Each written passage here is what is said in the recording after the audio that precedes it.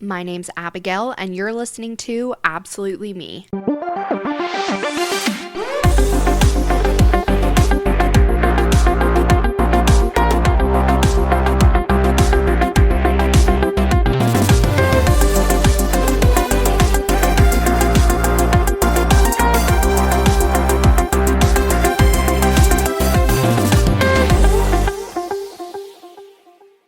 Hello, everybody. Welcome to another episode of Absolutely Me. I'm so excited to have you here.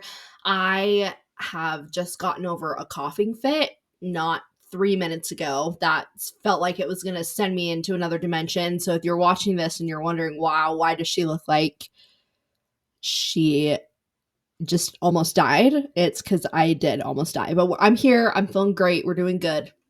But if my voice sounds a little weird in this episode, I apologize. My throat's feeling a little funky. So if that's why you feel like I'm talking weird, I'm sorry. I'm fine. I'm really fine. But just wanted to apologize. And let's just jump into some life updates. I feel like it's been a minute since I have done a life update with you guys. And I love doing interview episodes where I'm talking to other people and having other people on the podcast. The last episode with my sister was so great. We had a great conversation. The conversation with my friend Savannah was awesome. And like every conversation I've ever had on this podcast has been amazing. So I love having those, but I also love just doing one-on-one episodes with you guys and just talking to you. And it's weird. And I've said this before. It is weird talking into a microphone and just speaking into the void and then realizing that other people are listening to it. And this is going to be kind of a vulnerable episode I decided to talk about today. So it's weird speaking these things into the void, but I really am trying to work on realizing that being present and being vulnerable is really powerful, and that, I've been working on this my whole life, but that vulnerability is not a weakness, but it's actually a strength. And so I'm trying to be more vulnerable with you guys, and hence the life updates. I love doing them. I'm trying to just, tell you guys everything that's going on in my life and some big things that are happening, small things that are happening. I got some silver highlights streaks in my hair, and that has been really fun. I've been trying to experiment a little bit with like self-expression kind of things and like figuring out what I like, and my hair is always something that I've kind of kept fairly the same. So this last year I've done a lot of changes to it. I've dyed it a couple different colors. I'm back to like my natural hair right now with the silver in it. But I dyed my hair red earlier this year. Like I dyed it like really brown and had like some blonde in it, went like really light. And I've done it really dark. I've done it like with just like the silver. It's been really fun to experiment and to show a little more self-expression through my hair. And I'm like ramping up to doing more. And I really want to do more. And I really have always had dreams of having like funky hair. But I've got a lot of compliments on the silver extensions, so that's been really fun. What else is going on with me? Is my life even that interesting, guys? Do we even want life updates? The other day, I went to a party with my mom's side of the family. It was my mom's mom and then all the women in the mom side of my family. Well, most of them. That we were missing some of the cousins, but it was really fun because we got like a bunch of just the girls together and hung out, and we like learned a lot of things about my grandma. We did like a Kahoot about my grandma's life, and just all the answers were about her, and we heard some stories and got to hang out with her. And it's just every time I hang out with my grandma, shout out Grandma Emily if you're listening to this, I just love her. She's so sweet and she is just so fun to be around. And like the more I get to know her, the more I just adore her and think she's the cutest, sweetest, most amazing person ever. And I had her on the podcast as well. If you guys haven't listened, she was one of my very first interviews. So if you want to go back and listen to an earlier episode, we did a podcast together, and it was one of everybody's favorites that they've ever listened to. Like a lot of the feedback I get, people love it. So go back and listen to that episode. She's great. If you do, we've realized since that I left like a 10-minute long silence in the middle of it, and I can't go back and fix it now without deleting the entire episode. And I'm sorry about that. Forgive me. But just know it keeps going. And I'm sorry. I don't think I ever even mentioned that I realized that was a thing, but I know that it's a thing. I was still learning. I'm still learning. So just cut me some slack, but go listen to the episode because it's great. And I, speak on that kind of that same vein of just like figuring things out. I feel like every day with this podcast, I change my mind on things. Like I've come up with different logos, like I've come up with different setups of where I'm filming and deciding to do video and going back and forth on that for a really long time. And now finally deciding to record my podcast and put some things on social media more, like some reels and Instagram stories, and trying to promote myself more than I was before. It's a little embarrassing and a little scary, but it's been fun, like figuring it out and trying to decide like, what I want to do with this podcast and how I want to present myself and making it feel a little bit more professional. And even though this is just like a fun hobby to me, and if this goes somewhere and people like this blows up, then fine. Like if the 100 or so people I'm getting every week listening continue to listen to it, that's great. Like if it doesn't grow anymore, it's just fun to speak to you guys. And I hope, each and every one of you that listen to this podcast, it like really means a lot to me. And I'm really glad that we can connect in this way. And I feel like I want to connect with people so bad. And I want to connect with everyone. Like I want everyone in my life, I want to be super connected to. And this is something that me and my boyfriend joke about a lot, because I'm like, oh, I just want to be friends with everybody and I just want everyone to want to be friends with me. And if there's people that I want to be friends with and they're not like reciprocating my same energy, I like get really sad. Or I love friends and I love being connected to people, and I just want to have a relationship with everyone. And so this is a way for me, I feel like, to connect with all of you. And I really want more ways for you guys to connect with me. That's why I love interviewing too. That's really a core of like why I started this podcast, was to be able to interact with people and be able to connect with people and the people closest to me in my life.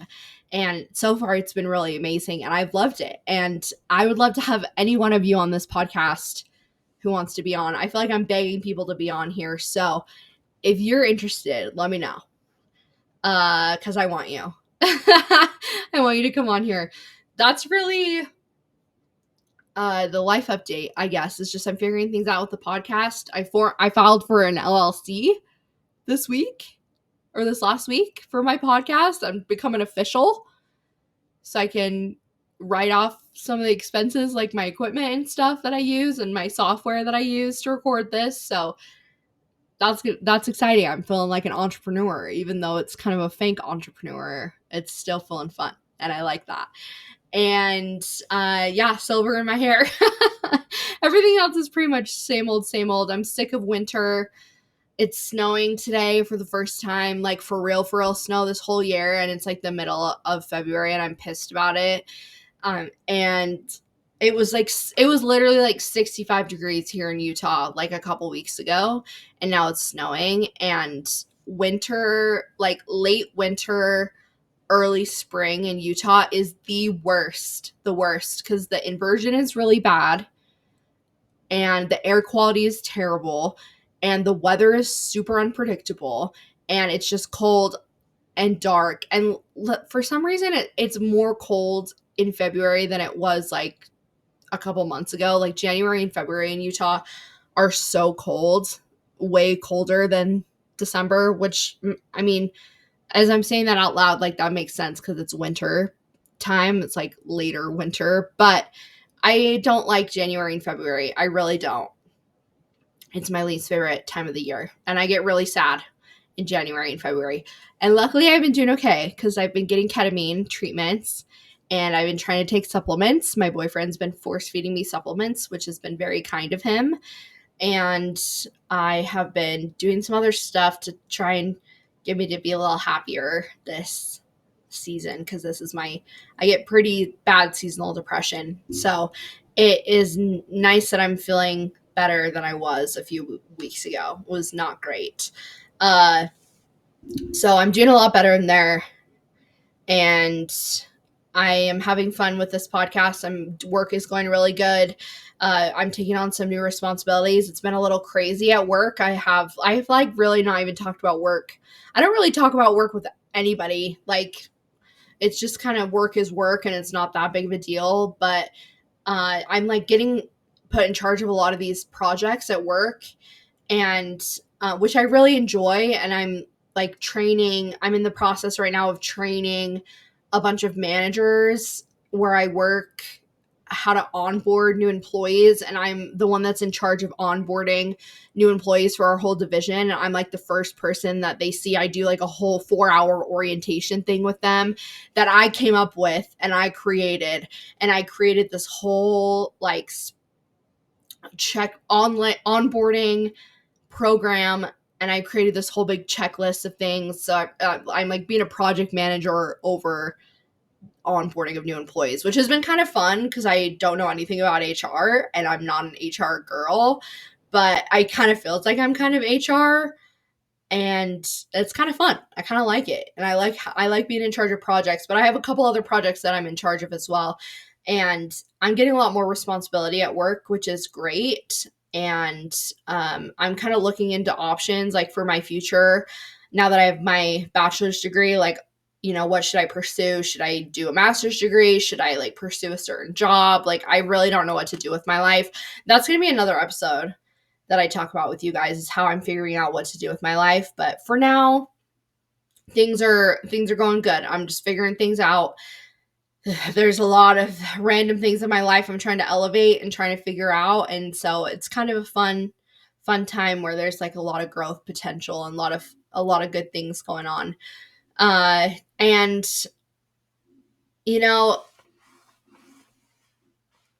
for today's episode, I don't even know how to transition into it because it's a lot heavier. But I have been doing a lot of reflecting lately and trying to figure out what I want to do with my life, career wise, making some big decisions lately, and trying to figure out next steps in my career, in my relationship, like in my housing situation, my money situation. And like I'm just trying to level up a lot of things this year. And so I've been doing a lot of reflection, and in that I have been reflecting on being in an abusive situation and being in an abusive relationship, and realizing now that I'm coming up on 3 years of being out of the relationship, and that this podcast was started around the fact that I was in an abusive relationship. And I haven't really talked about it for like 2 years on this podcast. Like, very little have I gotten into things. And just in my reflection and thinking about it and thinking about how my life is going, and with this feeling not great in January and February, just mentally in general, has made me want to kind of break back into talking about this for this episode. And really, I feel like it's so important for people to share their experiences with being abused and with dating and with red flags and all these things, because it can help other people to recognize them. Unfortunately, like, I am the person in my life who's been through this, and so I feel like it's partially my responsibility now to talk to people and explain that to them, what happened to me, and kind of dig into it. And I'm not an expert in anything. I'm not a mental health expert. I am not a relationship expert. I'm not a dating expert. Like, I'm not an anything expert. I just want to share my experience and give you guys some advice, and just talk to what I experienced and what I went through, and hopefully you guys can apply that to your own lives and look out for some of these red flags maybe in your own relationships, and learn and educate yourself more about it. And specifically today, like, I want to talk about healing from an abusive relationship, which I haven't really gone into a lot. I've more talked about like the experience of being in an abusive relationship. And I am going to share some things like about the experience, but I do want to talk to you guys about like PTSD and healing and things that they don't really tell you about being in an abusive relationship and be after your abusive relationship, and how hard it is, and some of the struggles that you go through, and some of the things that you experience that just not a lot of other people know about or experience, and it's really hard to relate to other people. And realizing as I'm reflecting back on the last few years, like how much I have overcome coming out of the abusive relationship, how much I overcame in the abusive relationship and leaving the abusive relationship, but then even since then, like the damage that has been done to me and the way that I have healed and the things that I've overcome. And I don't necessarily love using like damaged as a descriptor, because I don't view myself as a damaged individual. And there are times where I have and where I do, but my higher self, my healed self is like, no, you're not damaged. I'm not damaged goods or anything like that. I don't talk to myself that way, but I did have some major damage on me, and I had some major trauma that I went through that I haven't really explicitly laid out. And you guys are probably like, whoa, like you have talked about some pretty heavy things. Like we have heard some stories. And trust me when I say the things I've shared is scratching the surface. Like there are things that I experienced that I'll never tell anybody besides my therapist and maybe my partner and uh my best friends, and like maybe not even that many people, like maybe literally just my therapist. And there's things I'm not going to share on the podcast probably ever, just because they're really intense. I am an open book. Like if people come and they talk to me about it, I'll tell you anything that you want to know. But just spewing out these things, like I don't know that that's super healthy or that that's really what I want to do. But I have been through some shit, you guys. Like, when I say I really have. And looking back on what I've overcome since then is just incredible. And so I want to focus on that and talk about the process since being in the abusive relationship and what that's looked like. Kind of a soft disclaimer. I've kind of already gone into it, but this is going to be a heavy topic. Like, if this is going to be triggering for you, like, don't listen, or do if you want to. But I just wanted to include a trigger warning for anybody who may be listening, because I think it might get a little heavy. So I would like to extend that courtesy out for you. So looking back on the relationship, I have been realizing that there's a lot of things that I haven't I not that I have suppressed them, but I've had a lot of memories that have come back to me since leaving the relationship that I didn't remember at all, and I like had completely suppressed them. I have a list on my phone that anytime something comes up, a memory or anything that comes up, I write it down. And I find that really helpful to like kind of help me process through things and to kind of put things into place in timeline order and just remember like what it is I've experienced. And because sometimes it feels like a dream when I look back on this relationship, like now that I am far enough out of it where I am like, back to my old self, and there's been a lot of healing that's been done, and I'm in a much healthier place, and I can kind of look at the relationship with some more perspective and less emotion on it. It feels like a dream. It really does. And it's been almost 3 years since I left the relationship. in June it'll be 3 years. And that's crazy to me because it simultaneously feels like yesterday and also like 1,000 years ago. And at this point, I have been out of the relationship for way longer than I was in it. I was really only in the relationship for like maybe a year and a half. That's being generous. Like maybe a year and a half where I was actually in the relationship, engaged in it. And so that's crazy, first of all, that I've been out of the relationship like twice as long as I was in the relationship for, and that there was so much damage done in that like year and a half of being actively in that relationship that it still is like taking a lot to work through. So that's weird to think about. And also just thinking about how proud I am of myself for leaving that relationship, and because I don't think you guys know, I mean, not very many people know what it's like to be in an abusive relationship.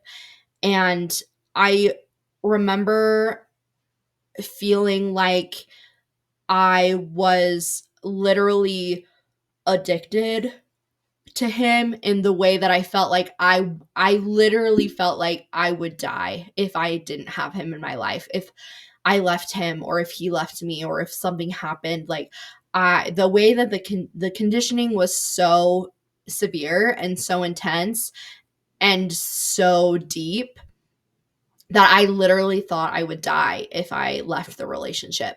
And looking back, it seems illogical. Like it is illogical. That's part of the whole like terribleness of the reality of an abusive relationship.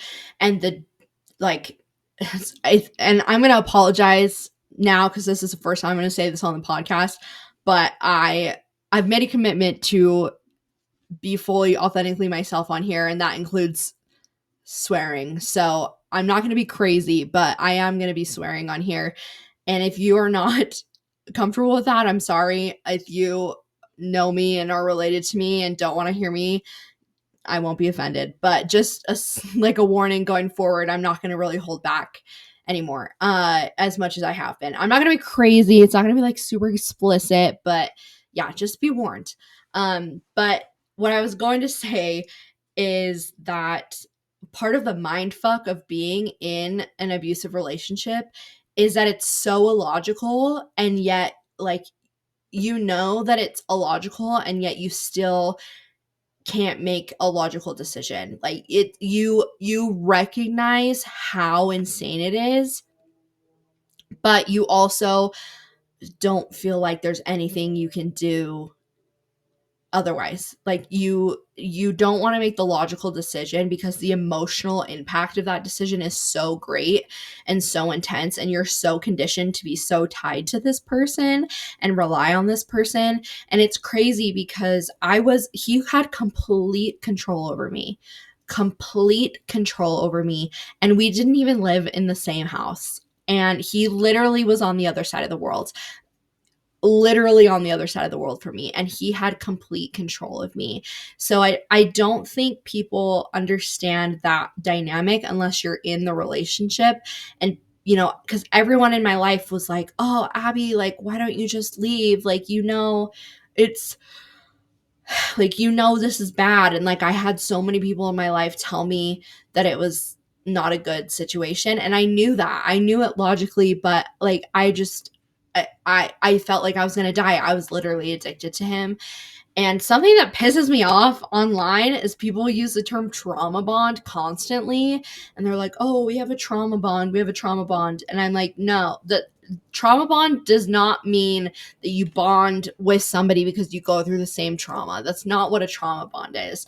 A trauma bond is when another person has put you through so much emotionally that you basically are like addicted to them. Like you are bonded to them even though you've been put through so much trauma by them. That's a trauma bond. And it's extremely, extremely, extremely hard to fix and to repair a trauma bond and to sever a trauma bond, because it's like you're doing it's like you're addicted to them. Like it's like you are detoxing off of LSD or heroin or like some really hardcore drug, cocaine, I don't know, methamphetamine, whatever the crazy drug of choice is to you. Like it's like you're addicted to that and you're having extreme withdrawals. And that's what it felt like. Like, and in he put me through so much emotionally that right before I left him, my body was literally falling apart. I had a migraine that lasted for a month, 2.5, 3 weeks, and I had to go to the ER because I was so stressed. My body was so overwhelmed, and so I was like being sleep deprived. Like I was emotionally just so shot, and my body just shut down, and I had a terrible migraine. And then something happened, and the right side of my body, all my muscles like stopped working, and it was like I had a stroke. It was crazy. And like my mouth went numb, my eye was droopy, like I couldn't write, I couldn't talk, and like it was crazy. And so we had to go to the ER, and that was after like a week and a half of migraine that wouldn't go away. And then after the ER, I had to go back to my primary care doctor 2 times afterwards for them to give me shots for a migraine, because it still didn't go away even after going to the ER. And they put me to sleep for 36 hours because my migraine was so bad. They gave me a shot. It had Benadryl in it, and it put me to sleep literally for 36 hours. And it still didn't take the migraine away. So like I had the flu. I took off more than a month of work because I was just like in such bad shape. And it was at that point when my body is literally falling apart, and like I it's hard to remember back to this exact moment. Like I'm trying to even remember what sparked a conversation. It was just he would get mad at me for the dumbest things. Like I would be watching a movie with my family, and he would get so upset, and I would have to leave 30 minutes into the movie. We're like watching a movie downstairs on the couch, and I would have to go upstairs and call him, and he would yell at me like because I wasn't paying enough attention to him, and he was, I don't know, threatened by my family. I don't know what was going on in his brain, but it had been like a situation like that. Like me and my mom were watching a show, and then I left within like 20 minutes, and I had been so sick, you guys. I was sitting in in the garage in my mom's RAV4. It was June, so it was not cool. It was hot out there, and I was so sick. I was so sick, and he was so like, I'm not going to tell you guys exactly what happened because this is just between me and my therapist, but in that moment, he was so terrible in a way that I had never seen before, where his mask just completely came off and something in my brain just clicked, and I was like, this is who he is. Like this is who he is. Like the person he's telling me he wants to be and was pretending to be at the beginning of our relationship is not the person that he is. This person he's showing me right now without any restraint, without any mask, is him. And it clicked in my brain, and I don't even really know why, other than because it wasn't like he was doing anything super crazy out of the ordinary.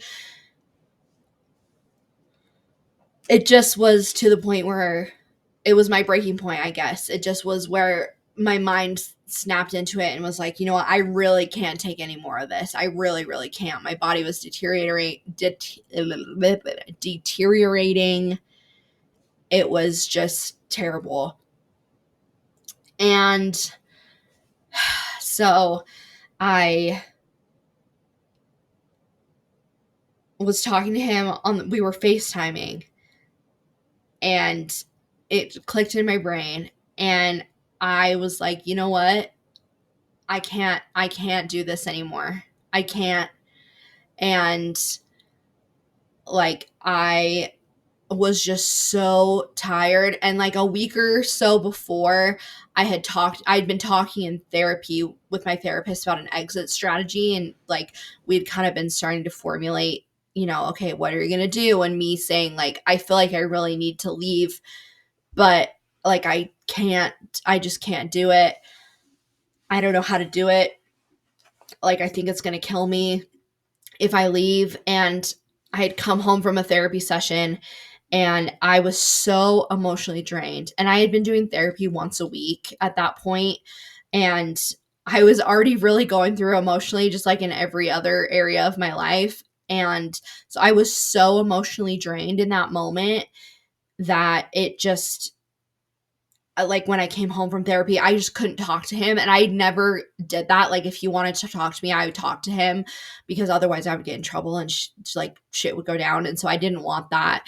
But at that point, I was like, I can't tell him what I talked about in therapy, because we talked about me leaving him, and that's going to piss him off. And he already was pissed off at my therapist because he knew that she was trying to get us to separate. But that was something I kind of put my foot down, was like, no, I have to go to therapy. And like, thank God I did, because if I hadn't have kept going to therapy, I never would have left. I wouldn't have. So thank God I kept going to therapy. But I didn't want to talk to him in that moment. And I just was so tired and so emotional. And he got so mad at me that I was like, I just need to go to bed. I can't talk to you. Like, I'm so exhausted. Like, I just need to take a bath and just take a moment for myself and take some alone time. And he got so pissed off at me, and like and I'd never really done that. And looking back now, I realize he would get mad at me for so many things, but then he would still, like, it would be okay. And I've realized since I've been out of the relationship, like, I could have put my foot down on things more and he probably would have stayed, but it felt like he wouldn't, because he has such a fear of, such a fear of abandonment. I don't think he ever actually would have left me if I didn't leave him. And I don't know like what the statistics are on that or anything, but I feel like generally they stay if they feel like they can get a supply off of you. And I think if I would have put my foot down on more things, I probably would have gotten away with it. But just being the person that I am and the conditioning, like, it makes you feel so terrible for doing that, that logically you're like, oh, I could put my foot down on this and it would be okay. Or like, I don't have to do this if I don't want to. And that's something that I struggle with in my current relationship that I'll kind of talk a little bit more about. But I'm getting like 3 tangents down here. But from that experience, like, we had already been in a bad place, and I was like, I had already been talking to my therapist about wanting to leave him. So in the moment in the car when we're arguing, and he's like, his mask comes off and he just is talking like the person that he is, and then it really just clicked. It was as simple as that. Like, I don't really have any other explanation for it other than it just clicked in my brain, and I was like, okay. And I hung up the phone. And I texted him and was like, we're done. I can't take this anymore. And I like told him that on the phone too, which I'm pretty proud of myself for. Like, I like screamed at him. Like, talk about feminine rage. Like, and I think that that's also what awakened the, like, me leaving, was because I was rageful against him. And I had I never dared to be like that at all, but I raged at him. And like, I'm proud of myself for doing that, because I mean, I'd never done it before, and I really stood up for myself in that moment. And then I hung up the phone. I texted him like, we're done. I'm gonna F you over in the divorce. And I had never stood up to him like that. And in the times before when I had left, because there was like a couple times where we were like hot and cold, and in those times it was very much like I felt so much pain about it. And in this moment, I was doing it out of rage for myself. And I think that that's why it stuck, and that's why it was different, is because it was out of pure rage that I decided to end the relationship. And just immediately right there, I went inside. I was in the shower. I was still like texting with him, like a little bit like, and that's, I was so upset. And then I like put my phone down. I went into my mom's office because I was living at my mom and dad's house at the time. And I told my mom everything that had happened. And I said, I'm done. Like, I cannot do this anymore. And she cried with me. And it was so sweet. And I was like, I'm done. Like, this, I can't do this anymore. Please help me, basically. Like, please help me. I can't do this by myself. And I did feel a lot of relief in that moment. But it also was like, it didn't feel totally real. But I felt a lot of relief. I was so emotionally raw, and like I blocked him on everything, and I gave my parents all of my technology, and because otherwise I knew that I would try and contact him, and he had me put a camera in my bedroom so he could watch me at night because he was so afraid I was going to cheat on him, which is so ironic because he cheated on me the entirety of our relationship. And he was so paranoid that I was going to cheat on him because he's a loser, that he like would watch me at night to make sure I didn't go anywhere. I don't know. It was weird, but I unplugged that and like threw it away. And like I deleted his number. Like I did everything in that moment and completely cut him off. And then he was like trying to get a hold of my parents. He was trying to text. And then I was like, I just can't, like, don't let me. And then they're like, okay, well, we can't leave you alone. My parents were like, we can't leave you alone. And my mom was going up to visit my sister in the Tetons when she was working there for her birthday. And my mom was like, okay, well, we're going to take you to the Tetons. And it was like 2 or 3 days after I officially like cut it off. And I like really didn't talk to him. Like I emailed him a little bit. He like emailed me, and like one or two times I like emailed back a little bit, but I never talked on the phone with him again. I never like texted him again. Like we never had like back and forth communication at all after that. And that's crazy. First of all, that happened. And it really was because of my parents and because they took my technology away and wouldn't let me be alone and wouldn't let me just like be on my phone and doing stuff without them knowing what I was doing. And that's how I had to be because I was like detoxing. Like I literally didn't have any self-control, and they had to help force me basically into rehab. And so my mom takes me up to the Tetons, and I slept. I don't know. We were there for 3 days, 4 days. I don't even know. I honestly don't even remember how long we were there for. But I was still so sick and my body was worn out, so worn out. I literally slept almost the entire time we were there. I slept like the whole car ride. Like I slept in the little bed all by myself. I slept in my mom's car. Like, wow, sorry, I'm yawning. I just always yawn, you guys. I can't help it. I'm sorry. I don't know why I yawn. I think it's an ADHD thing. I've read that it's an ADHD thing. Anyways, can you guys tell I have ADHD? I'm like jumping all over the place. Yeah, I'm sorry. Back to the Tetons. Um, my mom and my aunt and some of my cousins also came up with us to the Tetons to visit Sammy. And well, they were all like doing hikes. I was like sleeping in my mom's car, and I had like a really bad sinus infection, and like I was still pretty worn out and pretty miserable. And like I have a couple of pictures that I took while I was there, and like we did have some fun and I did laugh, and I am really glad that I went. It was good. Like I got out in nature and was like kind of disconnected for a while, and that was really good for me too. But I just slept for days and days, and then I slept for weeks and weeks after that. And I the hardest part of walking away was feeling like I was gonna die. Like I said, like I literally thought I would physically pass away, and because I was that bonded to him, like I was that dependent on him. And then slowly I started to like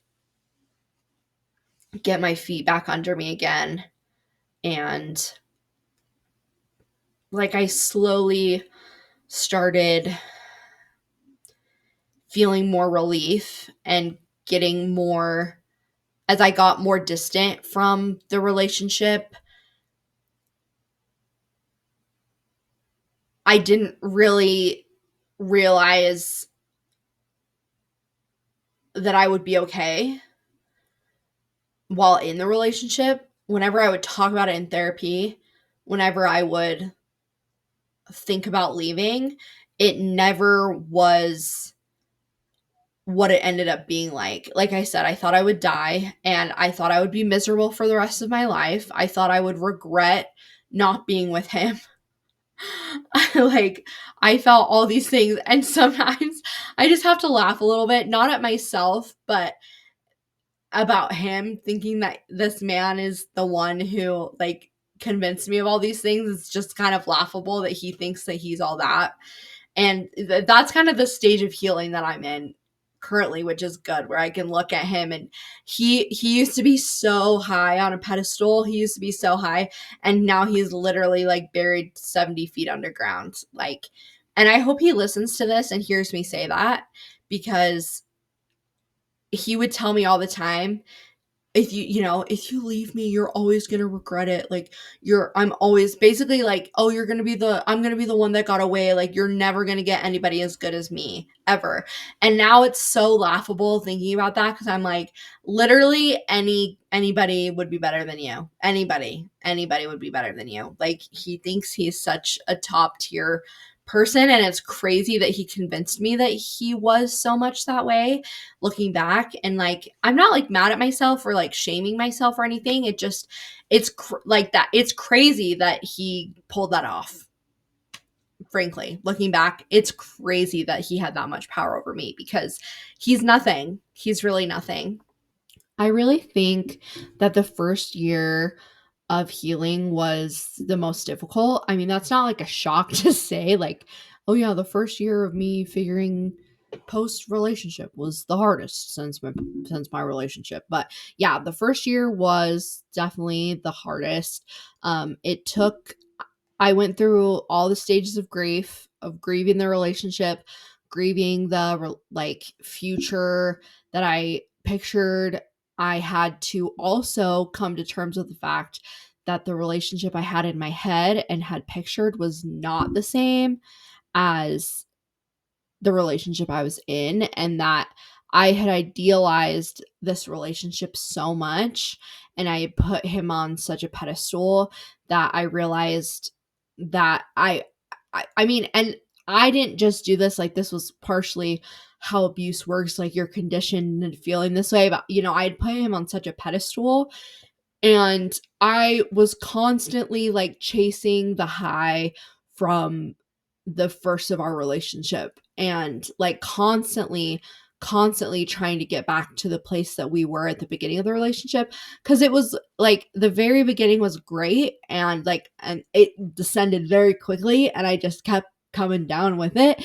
But like the beginning of it, there's obviously a reason I wanted to be with him, and there's a reason I wanted to date him in the first place, and like things were good, and he's an abuser, and they're really good at that, and he's a narcissist, and he's a sociopath, and like he just can fake it so good that you feel like it's so great and that things are going to be really great, and then they obviously weren't.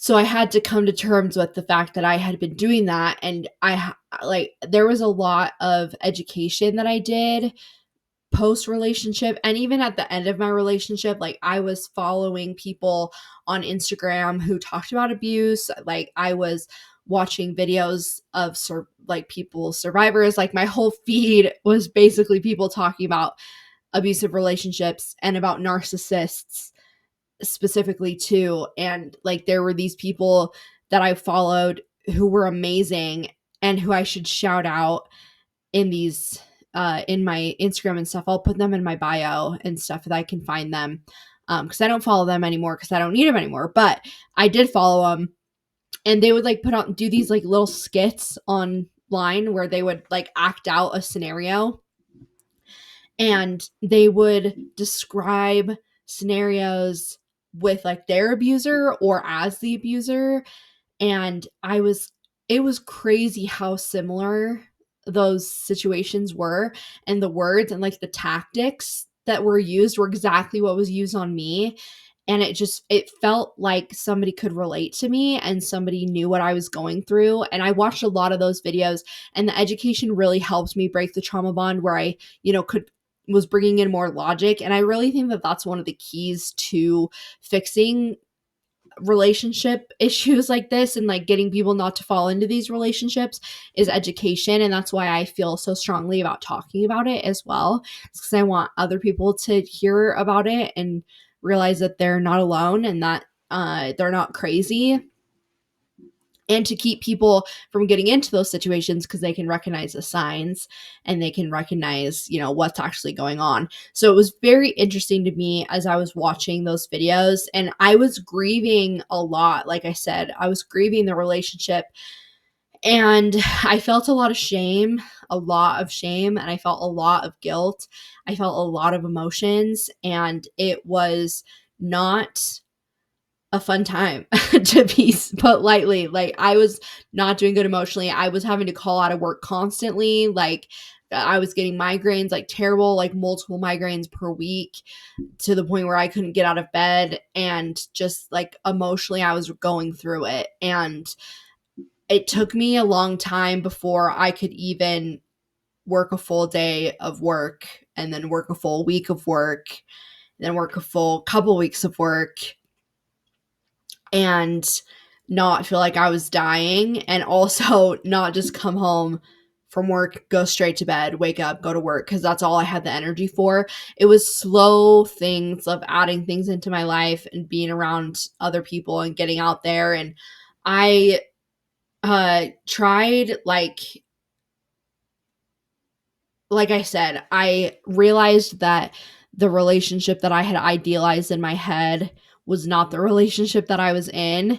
And I had to grieve the fact that I was clearly in love with him, and I was trauma bonded to him, so that it was like a really deep connection.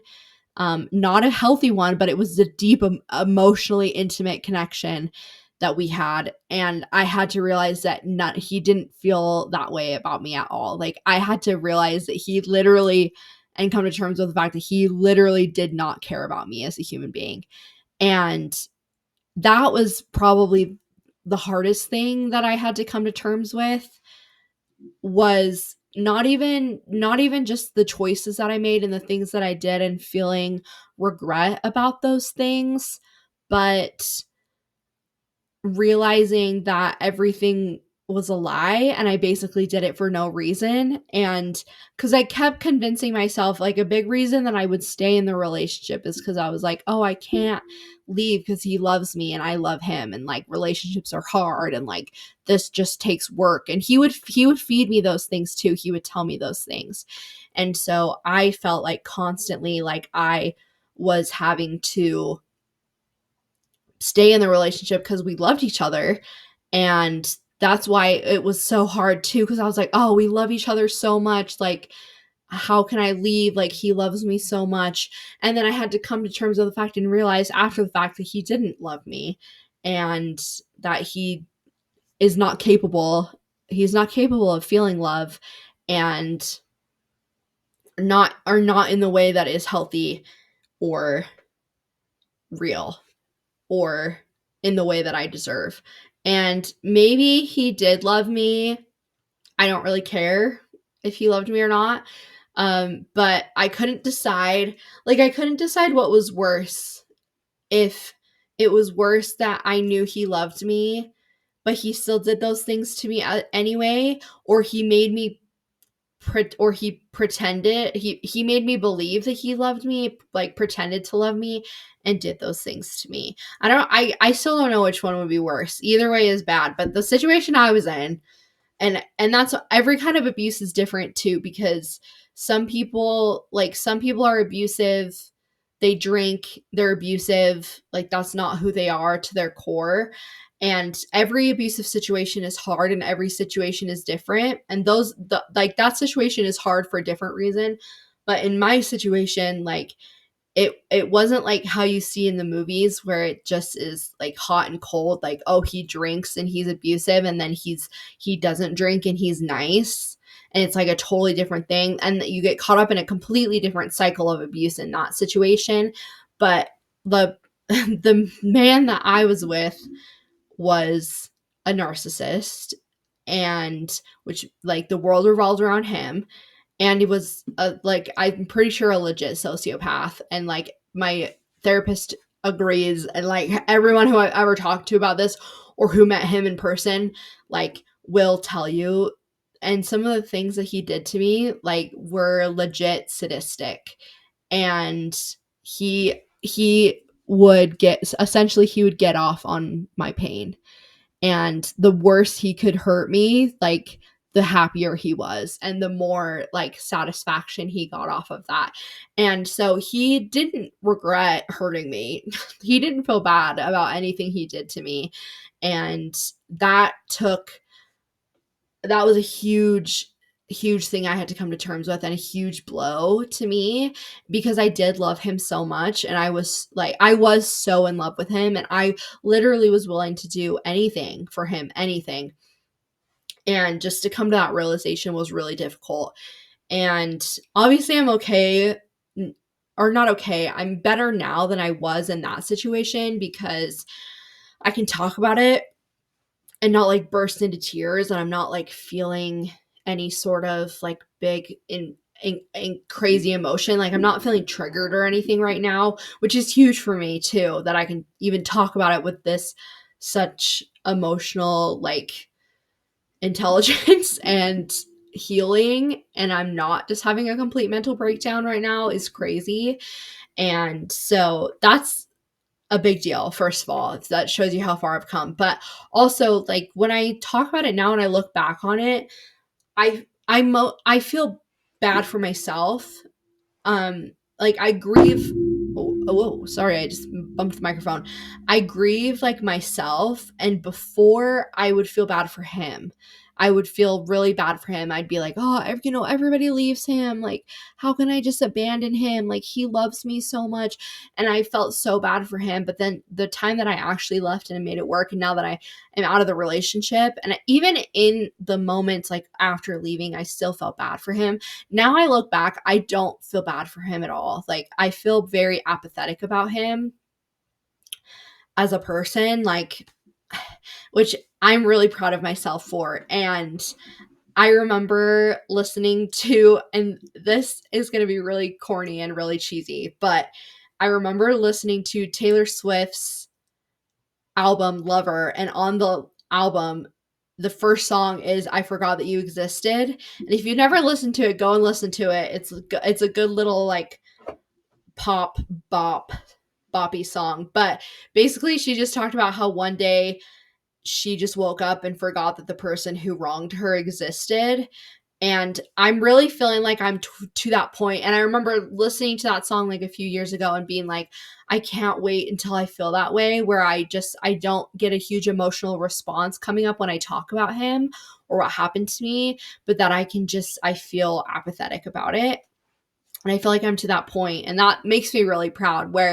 And there's still obviously some things which I'll go into more depth about some of these other things, but it is crazy, like, thinking about how far I've come, and that I don't respond so emotionally, and I can just talk about it in like a healed way. And that feels like a really big step for me. So I'm really proud of myself for that. I got to tell myself that I'm proud of myself more. And I think I might have to split this episode into two episodes because I'm almost to an hour and I'm not even we haven't even really gotten into it. I only have really told you guys the story about how I left. So I think we're going to come back with a part 2. Sorry to leave you hanging, but I think it'll be good to split it up and you can kind of think about what I said and I can kind of think about what I said and we can come back and we can discuss a little more. But I think, really what I want you to take from this episode is just how hard it was to leave the situation, how far I've come, and next in part 2 I want to just talk more about the aftermath and how I am doing since then and what is really helping me and how things have changed, and talking to you about what my PTSD looks like. And yeah, I think really we can just get into it more next time. So tune in next week. We'll have a part 2. I'm really excited to keep talking to you guys. I adore you. I love you. Thank you for listening. And yeah, I hope that this was a good episode. I don't really know what to say about it other than that is I hope you enjoyed this episode and I hope you are okay with my raw vulnerability, and we'll get into it more next week. Thanks for listening to another episode of Absolutely Me. Thank you to everyone who helped make this possible. Shout out to Tanner Johnson for the amazing intro. And don't forget to subscribe, rate, review, tell all your friends. And we'll be back next Friday with another episode. Love you. Bye.